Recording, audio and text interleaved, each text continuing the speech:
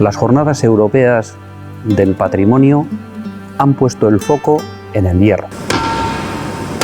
El Ayuntamiento de Durango, en colaboración con Asterlan, desarrolla una actividad que está relacionada de forma directa con las excavaciones arqueológicas que se desarrollaron en la Plaza de Santa Ana a lo largo de 2009. En esas excavaciones aparecieron restos de una campana, del molde de una campana. Esa idea, que se comentó de forma especialmente llamativa en Durango, ha puesto sobre la mesa la idea de fabricar una campana, fabricar una réplica de la campana que en estos momentos se encuentra en la Torre de Santa Ana. Se van a aplicar a las tecnologías más avanzadas, de ahí el título de la jornada, del arte a la tecnología. La campana, el horno y el molde de campana de Santa Ana se encontraron a raíz de una intervención arqueológica que realizamos en el año 2009.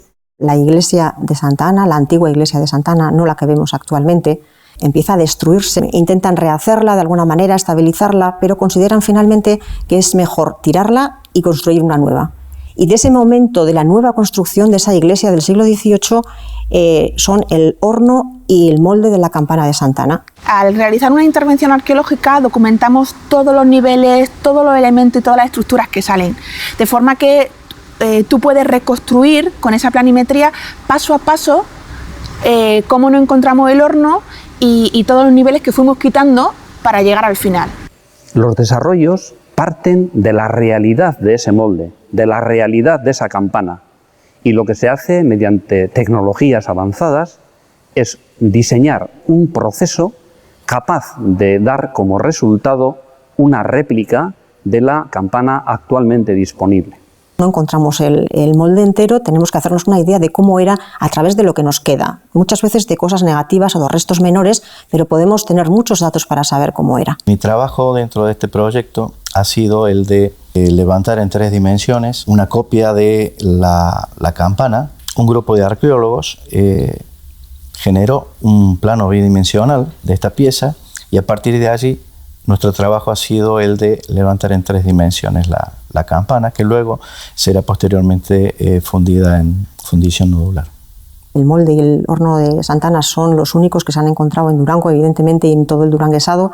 En Vizcaya hay algún otro caso, pero realmente no es tan habitual encontrarlos. Puede parecer curioso que ese molde y ese horno estén en una plaza, en un espacio constructivo en el que se estaban haciendo obras para la iglesia. Los artesanos que fabricaban las campanas eran normalmente, por lo menos, artesanos itinerantes.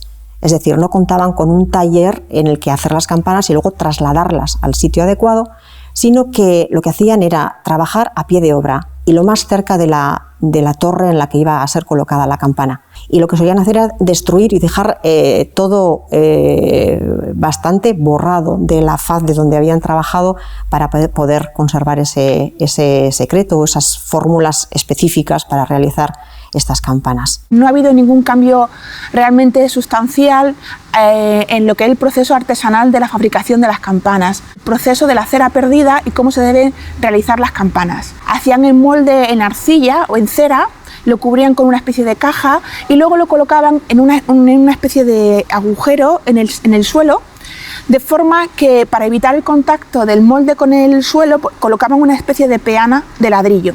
Y luego lo que hacían era verter el metal fundido. Entonces esa cera con la que habían hecho el molde de la campana se derretía, se perdía y luego cuando solidificaba ya tenían la campana.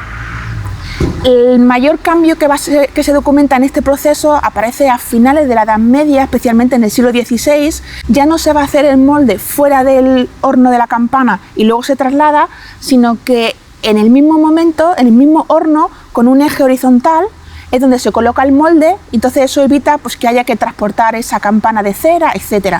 Ese, por ejemplo, es el modelo que encontramos aquí en Santa Ana. Hoy en día se usan unas técnicas mucho más avanzadas en reconstrucción en 3D, en levantamiento fotogramétrico, que es, por ejemplo, lo que hemos usado en este caso, pero realmente lo que son los fundamentos del proceso podemos decir que son prácticamente los mismos.